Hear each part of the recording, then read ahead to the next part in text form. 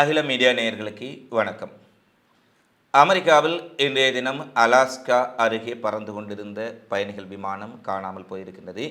அமெரிக்காவில் அண்மைய சில நாட்களாகவே தொடர்ச்சியாக விமான விபத்தில் அண்மைய சில நாட்களுக்கு கடந்த வாரத்தில் நடந்த விமான விபத்தில் 69 பேர் உயிரிழந்திருந்தார்கள்.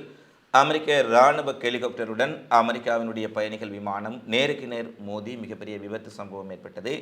அதன் பின்னர் அமெரிக்காவினுடைய சிறிய ரக விமானம் வீழ்ந்து நொறுங்கியதில் 5 பேர் உயிரிழந்தார்கள். நேற்று முன்தினமும் அமெரிக்காவினுடைய ஒரு விமானம் புறப்பட தயாராக இருந்தபோது அதன் இறக்கைகள் தீப்பற்றி கொண்டதால் பயணிகள் அவசரமாக வெளியேறி கொண்டார்கள். இவ்வாறு அமெரிக்காவுக்கு தற்போது போதாத நேரமாக இருக்கின்றது. குறிப்பாக அமெரிக்கா ஒருபுறம் மனித உரிமை கவுன்சில், சர்வதேச குற்றவியல் நீதிமன்றத்திற்கான தடை என மிக பெரிய அளவிலான நடவடிக்கைகளை ஒரு பக்கம் எடுத்துக்கொண்டு வரும் சூழ்நிலையில், மறுபக்கத்தில் அமெரிக்காவில் நடைபெறக்கூடிய சம்பவங்கள் மிகப்பெரிய அளவில் தற்போது அதிர்ச்சிகரமான சம்பவங்களாக மாறியிருக்கின்றது. இன்றைய தினம் அமெரிக்காவில் 9 பயணிகள் ஒரு விமானியுடன் சென்று கொண்டிருந்த பெரிங் விமானம் திடீரென ரேடார் கண்காணிப்பிலிருந்து மறைந்திருப்பதாக தற்போது அமெரிக்க விமானப்படை தெரிவித்திருக்கின்றது.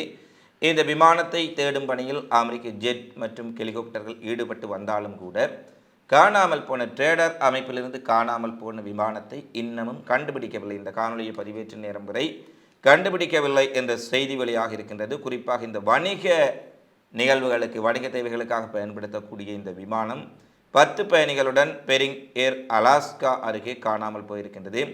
பெரிங் ஏர் செஸ்னா 208B கிராண்ட் கேரவன் என்று செய்யக்கூடிய இந்த விமானம் அலாஸ்காவில் இருக்கக்கூடிய உணலக்லீட்டிலிருந்து புறப்பட்டு சென்ற போதே காணாமல் போயிருப்பதாகவும், விமானம் புறப்பட்டு 20 நிமிடங்களிலேயே அந்த விமானம் ரேடார் கண்காணிப்பு திரையிலிருந்து மறைந்திருப்பதாகவும், காணாமல் போன வணிக விமானத்தை கண்டுபிடிப்பதற்கு அல்லது ரேடாரில் மீண்டும் தெரிவிப்பதற்கு எடுத்த முயற்சிகள் தோல்வியடைந்திருக்கும் இந்த சூழ்நிலையில், குறிப்பாக இந்த விமானத்தை தேடும் பணிகள் மிகப்பெரிய அளவில் அங்கு ஆரம்பிக்கப்பட்டிருப்பதாக மீட்புப்படையினர் அறிவித்திருக்கின்றார்கள்.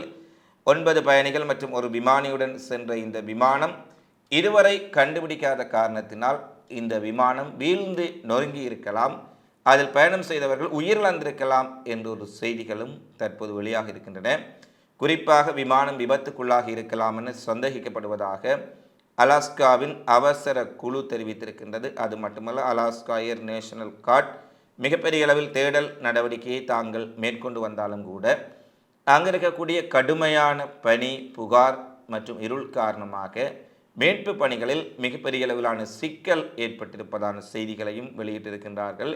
அந்த பிரதேசம் முழுமையாக ஒரு பனிமூட்டம் ஆன பிரதேசமாக காணப்படுவதால் அங்கு விமானத்தை கண்டுபிடிக்கும் நடவடிக்கைகள் மிகப்பெரிய அளவிலால் தாமதமாக இருக்கின்றன.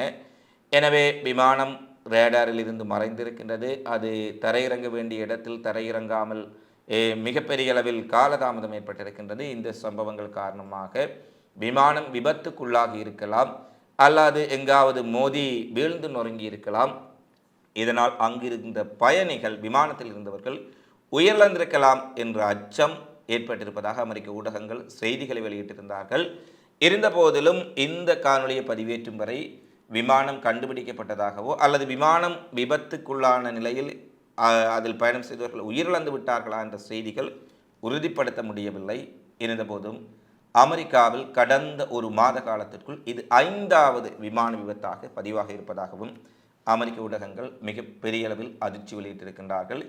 இந்த விமானத்திற்கு என்ன நடந்தது, இந்த விமானம் மீட்கப்படுமா அல்லது இது விபத்துக்குள்ளாகி வீழ்ந்து நொறுங்கி இருக்கின்றதா என்பதை பொறுத்திருந்து பார்க்கலாம். மீண்டும் அடுத்த காணொளியில் சந்திப்போம். நன்றி.